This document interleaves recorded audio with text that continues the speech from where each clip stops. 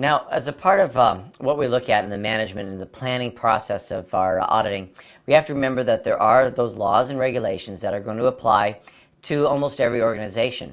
And, they could be in compliance to government rules or maybe other external requirements, maybe contracts they have with some of their other, not competitors, but companies that they're working with. As an example, I know that one company that did credit card processing, they manage the little boxes where you swipe your cards.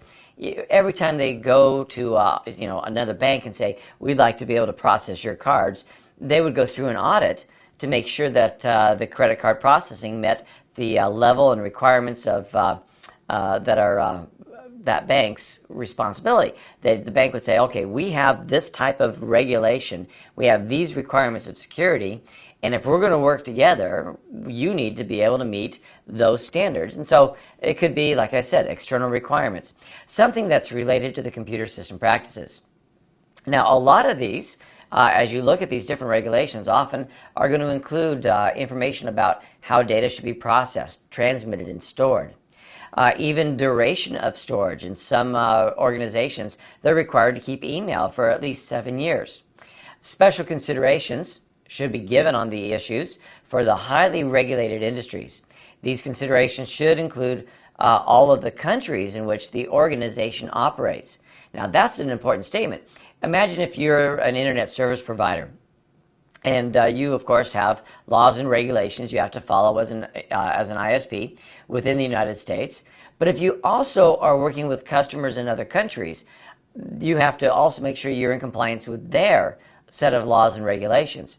And when you consider how many countries are still in the developing stages, especially in catching up in the internet technology, those are things that could be constantly undergoing change. So you need to make sure that you are, again, back to something I said already, knowledgeable about the laws and regulations, that you have those skills, that understanding is a part of the information gathering, and you use it in the audit planning. All right, what are some of the other effects of the laws and regulations? Well, privacy issues. As an auditor, you need to take into account any of the requirements of privacy laws and regulations.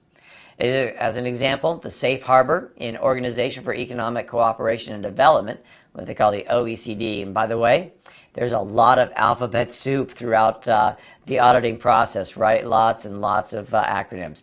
Anyway, they have the guidelines that govern privacy and transborder flows of personal data. So again, we need to understand what those regulations are, how they apply to that organization, if at all. Now, some of the regulations that you should consider could be things like the establishment and organization of regulatory requirements, the responsibilities that are assigned to the organizations, any financial, operational, and other IT audit functions that would fall underneath those regulations. Now, there are two major areas of concerns when we're talking about these regulations. One, of course, is the legal requirements for us, the people doing the auditing, the auditors. There are laws and regulations and contractual agreements that we have to follow under. There's also legal requirements for the auditee. That would be requirements for their systems, as we said, their data management, reporting. And those two areas are going to impact the scope and objectives of the audit. Again, if you think about examples, Sarbanes-Oxley and HIPAA are perfect examples of regulations that do affect how we are going to conduct the audit and the requirements that the auditee has to undertake. Now, we can look at some steps that you should follow as the IS auditor to determine the organization's level of compliance. One of them is identification of requirements that are dealing with things like electronic data, like personal information, copyrights and e-commerce information, computer system practices and controls, and how they store information. You should also be looking at the documentation of the applicable laws and regulations, determining if the organization is planned to support those regulatory requirements. Make sure you know if the organization has addressed any adherence to the applicable laws, and if there are established procedures that they use to follow those requirements.